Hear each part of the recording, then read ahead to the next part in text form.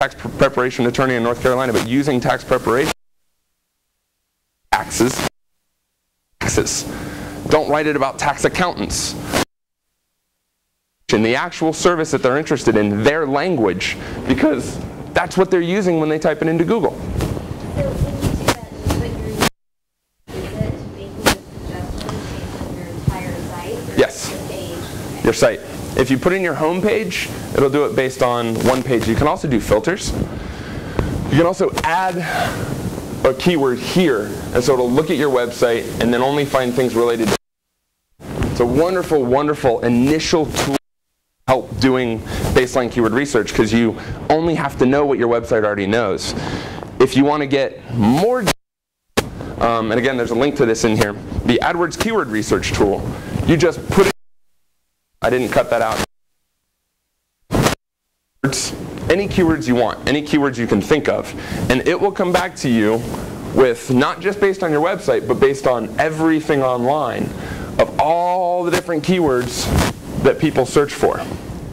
In this case, I did geographically focused keywords. So I did North Carolina accounting, North Carolina accountant, North Carolina CPA, NC accountants, NC CPA board, North Carolina accountants, Durham CPA. And we can see that Durham CPA and Durham accountants have pretty low numbers, but really not that low compared to state. So if we look at North Carolina accountant and Durham accountants, right, it's really a little less than 1/3. So if I were an accountant, I would say that targeting each city that I have an office in is more important than state, because people are searching based on city specificity with a pretty good amount of volume.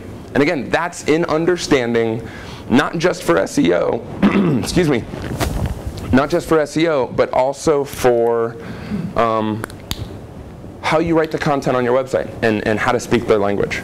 You know, looking for an accountant in Durham, you know, you'd say that on your website rather than an accountant, because people care about detail.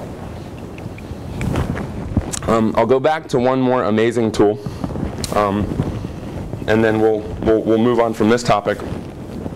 This is with Google Trends.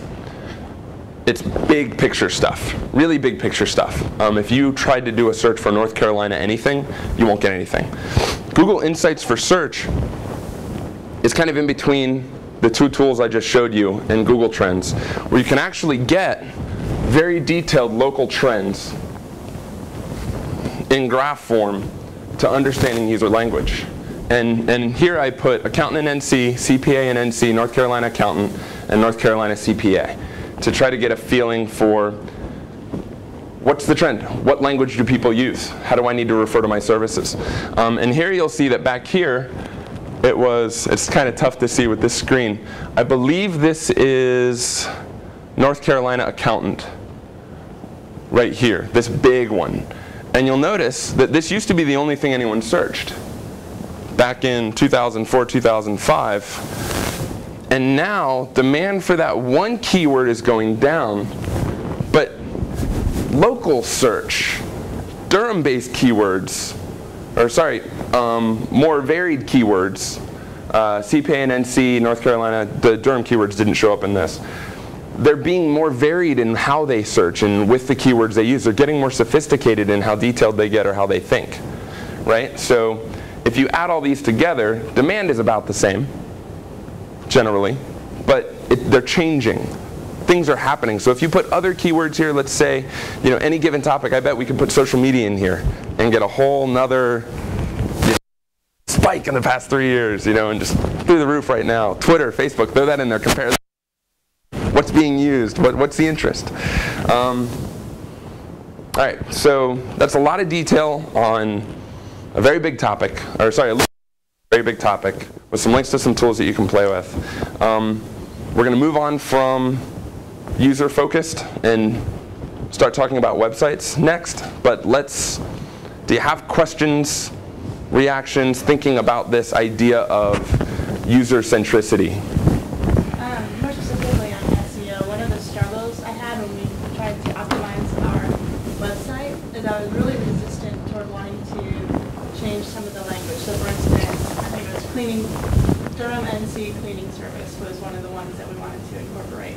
And it was just so awkward. I felt like I was really cheating the content because I'm going to get people there, but once they read it, I'm going to look like I'm writing at a 5th grade level. I don't know if that makes sense. Do other people have that struggle, and how do you get around that so you can incorporate those keywords and still? Sure. Yeah. To speak specifically to the SEO on that, essentially, it's better to have more pages targeting fewer keywords. As a rule of thumb, all the way to the point of having 1 keyword per page that you're targeting. If you have a blog post or an article that you write about house cleaning in Durham, and maybe it's a review of different house cleaning services, or you create content that's related to the need rather than trying to suit the keyword to something it might not be exactly suited for, you'll have an easier time with it, and you'll be creating more useful content. But the trick is not to force it. The trick is write content for the need that the keyword represents, rather than try to fit the keyword to a page. Does that make sense? So it's just taking it as the user-centered piece and making it relevant for them rather than for you. And then everybody wins. That one piece took a lot longer than I expected, so I don't know if we're going to get through this whole thing in the next 30 minutes. But I'll try to, but stop me if there's a topic that I go too quickly by that we want to spend more time on. An effective website has what I need, and this is just me as user. When I go to the page, I need to see that it has the thing that I want. It's telling me how to get it. It tells me why that thing is good. It makes it safe and easy for me, so I don't have to work too hard and it doesn't feel threatening. It teaches me something. It makes me smarter, and it gives me a reason to take an action. When it tells me to do something, it tells me what I'm going to get for it. Does this make pretty good sense? And it's just straightforward stuff. When you're on a website, these are the things you're looking for. So put yourself in your own shoes when looking at your own websites. And use this as a checklist. Look at the page and say, do I see the thing that I want? Is it telling me how to get it? Is it telling me why it's good?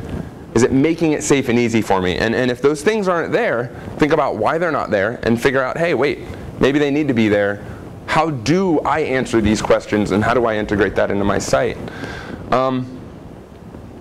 This is really, really important that I don't hear people talk about, but here are some guidelines that speak to messaging. And it gets a little high level, but on any given page of your site, the headlines on the page, the biggest text at the top, has to speak to their interest for that page of your site. So if you write a page of content for Durham house cleaning, it should be right there. That's good for SEO, it's good for users. And the biggest text is likely the first thing they're going to read. And the second thing is, as tied to that, you need to have a call to action. The site has to tell them to do something. If it's house cleaning, there needs to be something on the site that says right then and there, free in-house estimate, free, 50% off first cleaning, schedule an appointment. It has to be a thing that drives the action that is moving them towards the goal, right? And these two are so critically important, and that they're on every page of the site, and that there's a phone number on every page of the site. This again, just a checklist. Just go through this and say, am I doing this? And 80% of the websites that I see for the first time don't do these things. And headline call to action, when someone lands on your page, it answers those two questions. Do you have what I need? What do I do to get it? Those are the first two questions you have when you go to a website. First things you have, and every page of your site, each page is focused on a slightly different need, call to action, or every page may have the same call to action. But it's important that every page has a call to action. Phone number on every page. Quick little thing. At the bottom of every page of content, after they've read something, if they've read your content, they're interested enough to read the whole thing, don't leave them hanging. Give them something to do. Close your content with a call to action. At the bottom of your page, say, if you're interested in these services or want to learn more, call Sally at,